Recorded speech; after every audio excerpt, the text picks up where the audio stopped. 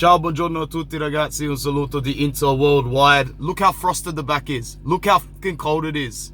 I don't usually swear in match reactions, but you know what's coming here.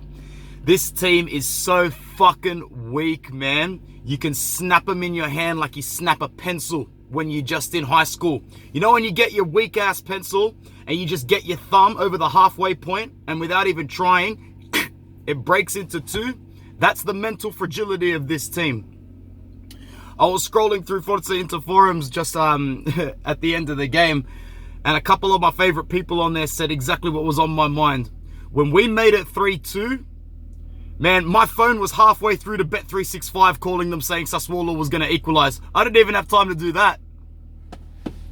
These guys shouldn't even be allowed to go home and bang their wives tonight, honestly.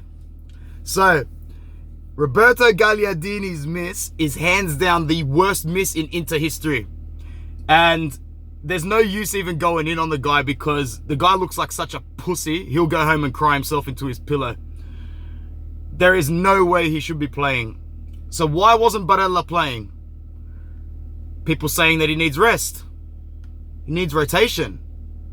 Mate, he's only played 2 games. Did something else happen in training? A la Brozovic or Sensi?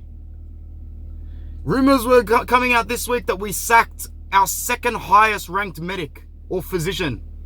Now, I'm not too sure if it's 100% true, because if it was, a more credible source like Sky or Inter in general might have said something.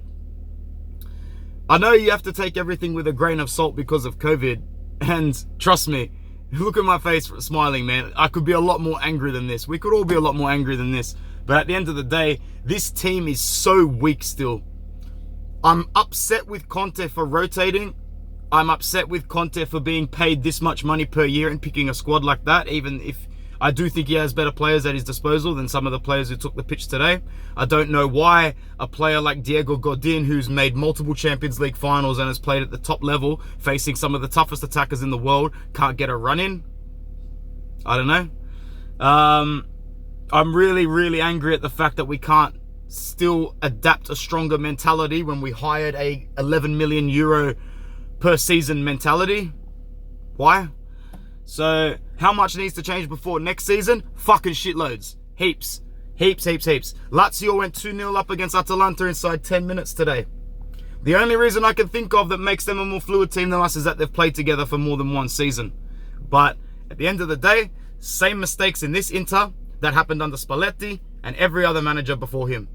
So, I don't know where everyone gets these expectations from. I'm guilty of falling into the trap of actually thinking every week that this team has improved. It hasn't. It has not improved. Our peak of the season was in the opening 6 weeks. We peaked in August/September 2019. That's when this team peaked. We have been out of form, in my opinion, for 6 months. 6+ months. Make of it what you will, but in a few days' time, we've got a 5 times harder game against Parma. We probably won't win that as well. Even if we do, I can't believe I even mentioned at the end of my video against Sampdoria that there's a Scudetto battle going on. There is. It just doesn't involve us. So we should be sitting here praying that we don't drop enough points, because match day 37 and 38, we're coming up against Atalanta and Napoli. And if we're any less than 6 points ahead of 5th place, we do it all again. We do the same shit we did for the last 2 years and we'll qualify for the Champions League on the last day. Let's hope it doesn't come to that. Maybe I'm being drastic, but I think I speak for a lot of Inter fans when I say we are a lot closer to a Champions League battle than we are to a Scudetto battle. These guys, man. Bye.